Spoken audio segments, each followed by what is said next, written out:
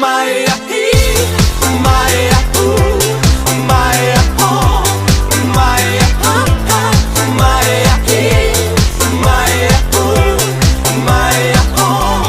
Maia,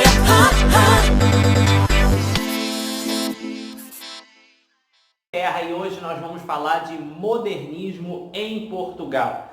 Bem, muitas bancas agora de vestibular, quando cobram literatura, ou até mesmo alguns outros concursos que caem em literatura, têm feito recurso do modernismo em Portugal, coisa que alguns livros didáticos nem colocam mais. A gente estuda mais talvez o barroco, o romantismo em Portugal, o realismo, mas outros movimentos a gente acaba não estudando com tanta veemência assim. Bem, vamos começar tentando entender o que aconteceu, qual foi o pontapé inicial do romantismo em Portugal. Bem, vamos entender o contexto histórico.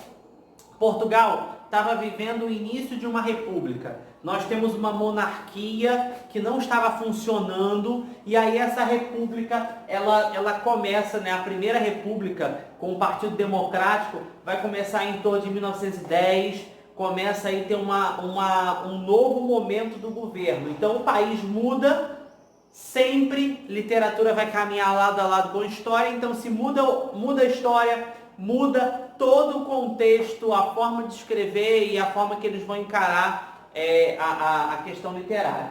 Tá? Então o Partido Democrático assume e começa a incentivar a participação portuguesa na Primeira Guerra Mundial. Quando um país participa de uma guerra, essa guerra sempre vem junto de uma crise econômica. Então você vai ter uma crise econômica muito grande em Portugal, e essa crise vai ser resolvida com um golpe militar no ano de 1926. Tá? E esse golpe militar é implementado então o Estado Novo, que vai de 1933 até 1974. Esse golpe militar vem com a ideia, né, assume então Antônio de Oliveira Salazar, também chamado de ditadura militar salazarista, tá? Então você vai ter aí um contexto desse modernismo envolvendo desde o início da República, desde crise econômica, Primeira Guerra, tensão da Segunda Guerra e uma ditadura. Então, você entender como Portugal, a questão portuguesa estava muito caótica. Bem, o fim da ditadura salazarista ela vai acontecer em 1974, quando a Revolução dos Cravos coloca aí um basta na ditadura.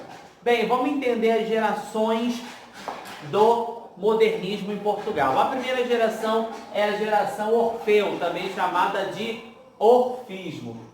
Qual é o objetivo da geração Orfismo? Geração de Orfeu. Era chocar. Primeiro surge por conta da revista Orfeu, que foi criada pelos intelectuais da época.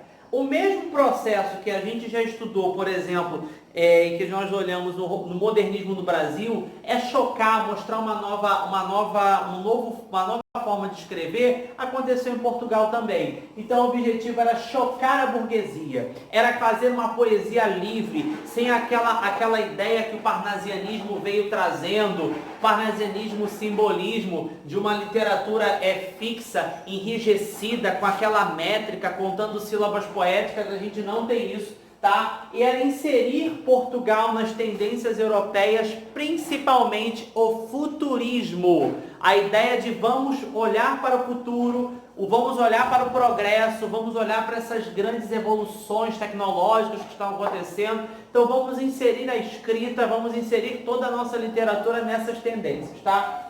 O início vai acontecer em 1915, tá? Com a fundação da revista Orfeu, e termina em 1927 com a revista Presença. Os principais autores são Fernando Pessoa e Mário de Sá Carneiro. É claro que daqui a pouco eu vou falar só sobre Fernando Pessoa, não vou falar dos outros autores, porque dentro da ideia do modernismo em Portugal, o que geralmente cai, o que geralmente é buscado é o Fernando Pessoa. Tudo bem?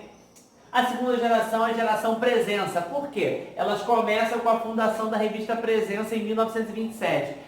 A revista Presença, ou também chamada de presencialismo ou presencismo, é uma literatura mais intimista. Ela não vai ter o objetivo de chocar, não vai ter um objetivo de falar da história, de falar daquilo que está acontecendo. Não vai ter nada disso. É uma questão mais intimista. Lembra até um pouco a ideia da Clarice Lispector de escrever uma literatura mais intimista, tá? Então vai ter uma literatura intimista, uma introspecção, né? O eu lírico, o eu poético, os autores vão estar mais refletindo sobre crises existenciais, sobre seus próprios sentimentos, tá? Descompromisso total com as realidades político-sociais, tá bom?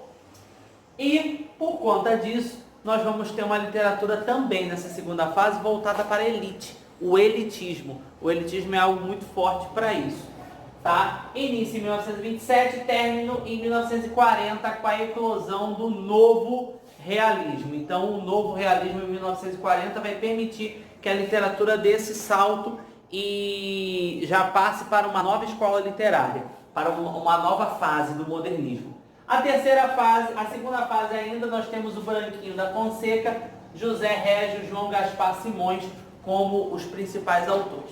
A terceira geração do modernismo em Portugal, ela é uma geração neorrealista e aí ela começa em 1940 e para a gente começar a pensar sobre isso, a gente precisa entender uma coisa, que Portugal, assim como o mundo todo, estava vivendo uma tensão de Segunda Guerra Mundial. Então você tem crise econômica, tensão de guerra, né? Você tem o pensamento marxista, né? Você tem a ideia do socialismo despontando em Portugal, só que ao mesmo tempo que você tem uma ideia do socialismo, você tem uma rejeição do socialismo utópico, né?